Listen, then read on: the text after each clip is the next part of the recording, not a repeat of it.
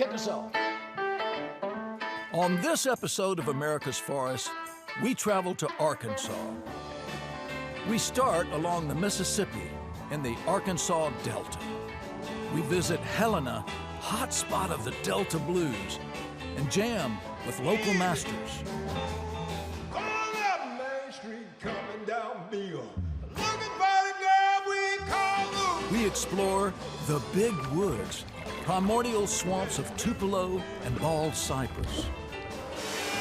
Take a trip to the Timberlands to meet the Anthony family, mill owners for 5 generations. Dad and I have had a number of discussions over the years.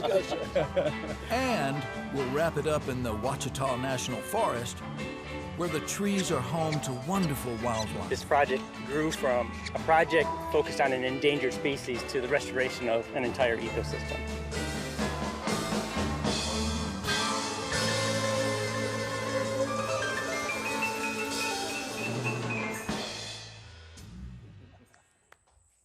Hi, I'm Chuck Lavelle. You know, in addition to my beautiful family, there are 2 things that I have a very special interest in and passion for: music and trees. My wife, Rose Lane, and I own and manage our own forest land, Charlane Woodlands, right here in Georgia. And we grow southern yellow pine as well as some other species.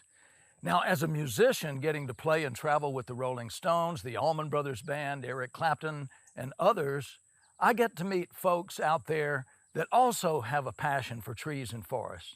And now I get to share their stories with you. So join me as we journey through America's Forest.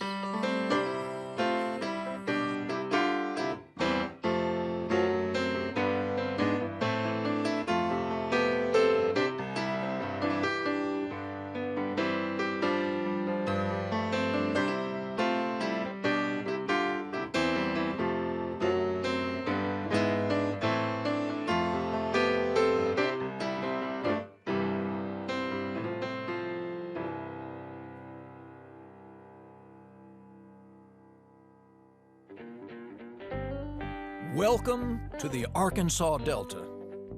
The Mississippi River flows 250 miles along the eastern border of Arkansas. The river's floodplain shapes the geography of the Delta and the culture, too. For decades, steamboats were fundamental to daily life here. They were the main mode of transportation for people, cotton, corn, and, of course, wood. The river town of Helena became a regular stopover, conveniently located between Memphis and Vicksburg. By the 1920s, Helena was a hardwood lumber capital. Dozens of companies employed hundreds of people, making chairs, wagons, barrels, and more. Cafes and night spots flourished as musicians entertained sawmill and riverboat workers. Helena became a mecca for the blues. A lot of the port cities, such as Helena, became blues territories because they were places where it was easy for the steamboats to get on and off and transport people, and people could travel. Immediately after slavery, blues was one of the genres that became popular. And a lot of that had to do with, it was a story of the people and their suffering and how they dealt with that suffering through the music. Pass the biscuits, cause it's King Biscuit time on KFFA Radio. Good evening, everybody. Tell me how. Starting in 1941, blues artists from Helena became widely known through the famous King Biscuit Time radio show. King Biscuit boys, and we have come out to welcome you. It was the first radio program in the nation to feature African-American musicians. It's still on the air, broadcasting daily from the Delta Cultural Center, and I even got to be on the show. You are listening to program number 18,426 of the original King Biscuit Time show on radio station KFFA AM 1360 in Helena, Arkansas.